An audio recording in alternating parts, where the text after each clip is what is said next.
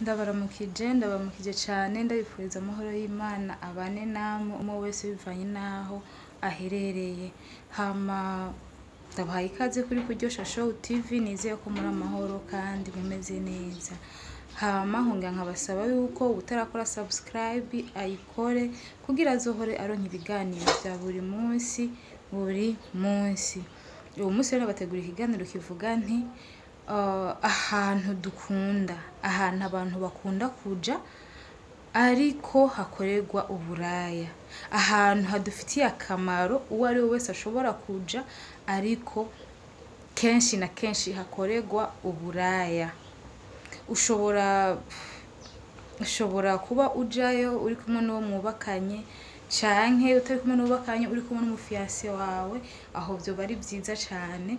Ariko ku bantu bahakunda birerekana ko kenshi hakorerwa uburaya. Aho hantu naho sahandi, ahambere ni muri massage, ahantu hakorerwa massage.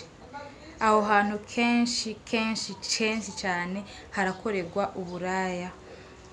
Ushobora kuba kandi hakaba hakenewe.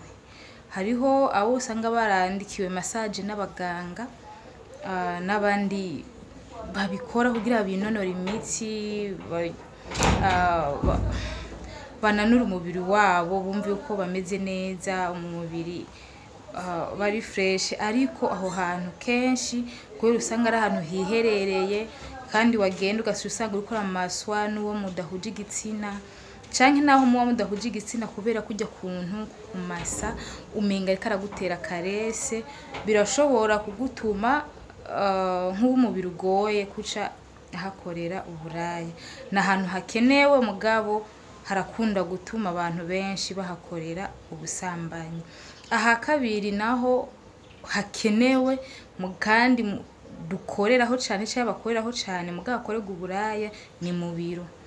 Mu biro harakenewe, ni ku kazi mugabo hariho umuntu usanga ari ku kazi umukoresha yaza akamwipfuza, bagira ibiganiro ugaca usanga bwa buraya burahakorewe. Ndiko ndagenda songora mu camake kugira byose ndabivuge.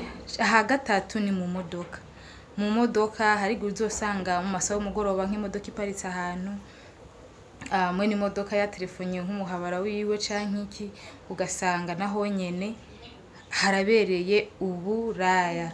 Aha kane hashobora kubera uburaya ni muri sauna,